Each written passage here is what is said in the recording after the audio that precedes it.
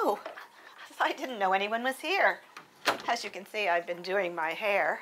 But come on in. This is Healthy Living, and I'm Carol Klingsmith. Today, in our new series, Aging into Wellness, we're going to talk about coloring your hair. Now, before you color your hair, usually you have to shampoo. And today we're not talking about shampoo, but I do want to remind you that Environmental Working Group, EWG.org, go into their Skin Deep database, enter the name of your shampoo and your conditioner, and see, is it a 0, which is good? Is it a 10, which is not so good? And so it will give you some options to change. So you just want to make sure that you're using some healthy shampoo and conditioner. But today we're going to talk about hair color, because I found a recipe, actually I found it online, for coloring dark hair to get the gray out. So today I'm going to share that with you so that you have some healthy options if you choose to use them. So remember, I'm always talking about Environmental Working Group. So why would you want to go to the trouble of making your own hair color? It is a little more trouble than just buying it at the store. Well, I'd been using this to do away with my gray for a couple years, and I've been kind of lazy lately, and I hadn't done it for a while. And I decided, you know what, I'm going to just go before I film again, and I'm going to get some of the least toxic hair color. And so I chose Clairol because it's ammonia-free, and it's the temporary, it's not the permanent. And of course it has aloe and vitamin E and coconut oil, all healthy stuff, right? So I went into EWG myself and I entered it into the database. And the picture's a little bit different, but it's the same actually hair color. And what I found out, I expected it to be on that scale of 0 to 10, 0 really safe, 10 very toxic. Expected it to maybe be a 5 or 6. Actually, it was a 9. And one of the ingredients in it was actually a 10. So let me kind of explain to you what this can cause. So one of the things in it was polyparaben. And what polyparaben causes? Developmental and reproductive toxicity. That means if you're pregnant, you would definitely want to avoid that. Endocrine disruption, so that's your hormones. So maybe you're trying to lose weight and you can't. Maybe you have some adrenal or thyroid issues. Allergies, rashes, immunotoxicity, again, that's affecting your immune system. And miscellaneous. That was actually rated a 10, so it was the very worst product in there, worst ingredient in there. The second was fragrance, which was an 8. And again, excitotoxicology, allergies, irritation to the skin, eyes, and lungs, all organs that you want to keep healthy. And miscellaneous organ system toxicity, I guess, whatever organ it goes to. There's another one called resorcinol. I'm not even sure how to pronounce some of these. Cancer, toxicology, endocrine disruption, allergies, irritation, skin, eyes, and lungs, organ system toxicity, occupational hazards. There's one other called 1-naphthalol, and it causes cancer, allergies. Again, the same type of ingredients. So those are just 4 of the ingredients that were rated at the very top of the scale. There were lots of others too. So again, you can go in. This is why I am going to actually return this to the store where I bought it and go back to making my own hair color to get rid of the gray. I like my hair color. It's just the gray that's a little bit annoying. So I'm going to share that with you today, and that's an option if you would like to do it. So, as you can see, I've already washed my hair and wet. There. So, to make this, we need some hot boiling water. So I have a hot pot here with some water boiling. And we just take 1/4 of a cup of sage. You can grow your own and dry it, or you can buy it. I buy it.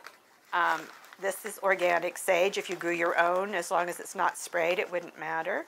So we've got 1/4 a cup of sage and 1/4 a cup of rosemary. And rosemary is very well known for helping your hair grow. You don't lose hair. It's very kind to the hair. So I love rosemary. So 1/4 cup of rosemary. And you're going to put those in, and you're going to take your boiling water, which will be boiling here in just a second, and I'm going to mix a cup of boiling water in with my sage and my rosemary. So the hot pot makes it easy, and I'm one of those people who has to measure everything. So here's a cup of boiling water. You pour it into your sage and rosemary, stir it up, and let it sit for 30 minutes.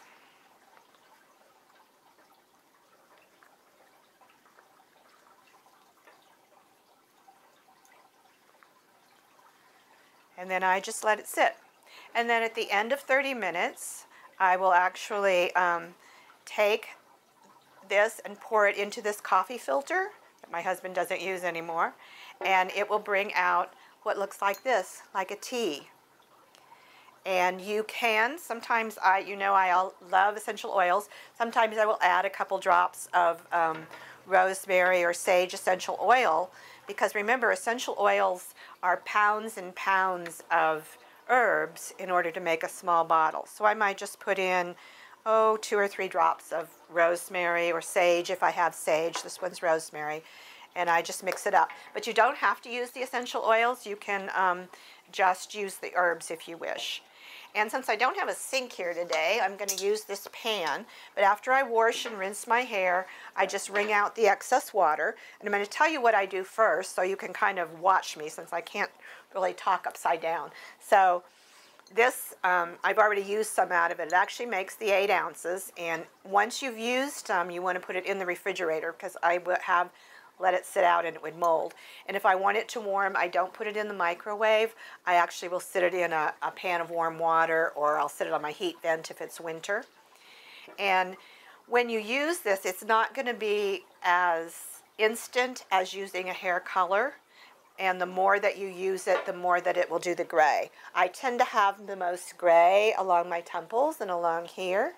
And so that is where I usually try to work it in.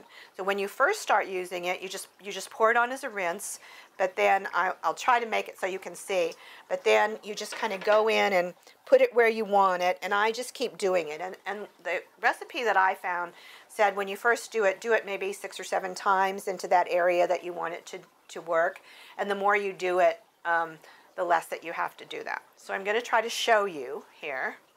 So I'll just take this and just dump my head over. I do it in the tub, but I do use this pan so I can save it for later, because you can reuse what you've already put on your scalp. And I just dump it on my hair like I would a rinse. Now, if you had blonde hair, I'm not sure that it would work the same for you. And then I just come up and just put it on the areas that I especially want to make sure that it covers the gray.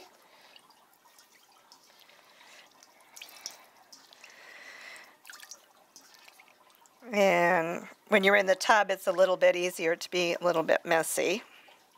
And then when I'm done, I just wring my hair out. Just put my towel on.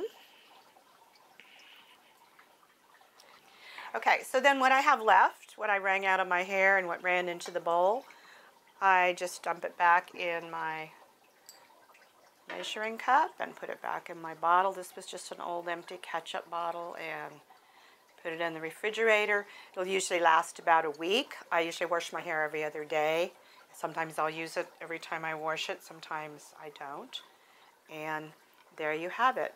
I know it seems a little messy and it seems like a little more trouble, but I don't know. I think for me, versus cancer and all the other things that are possible, if that's really true, I know you'll hear the corporations say, no, that's not true, but do you really want to take that chance? And this is just an option for you.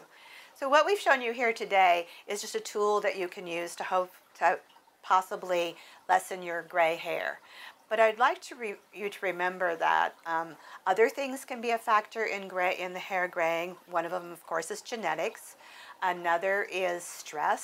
Stress is a really big one that will cause you to have gray hair. If you think about it, just look at our presidents when they come into office and when they go out. You can watch them gray in front of our eyes from all the stress of the office. And personally, I found that when I eat well, my hair, it's really weird, and if I hadn't seen it on myself, I wouldn't believe it, but my hair will not be as gray, and if I eat junk, it will get grayer, and if I go back to eating healthy, the hair actually goes back to being dark again. So, and then one other thing is water, just because our body needs hydration. So remember, reducing your stress, eating well, drinking, sleeping well, all those things also will affect you. But this is just one tool that's easy and you might want to try it. So this is Carol Kling-Smith in Healthy Living with a tip on how to make your own hair color to cover gray, particularly if you have dark hair.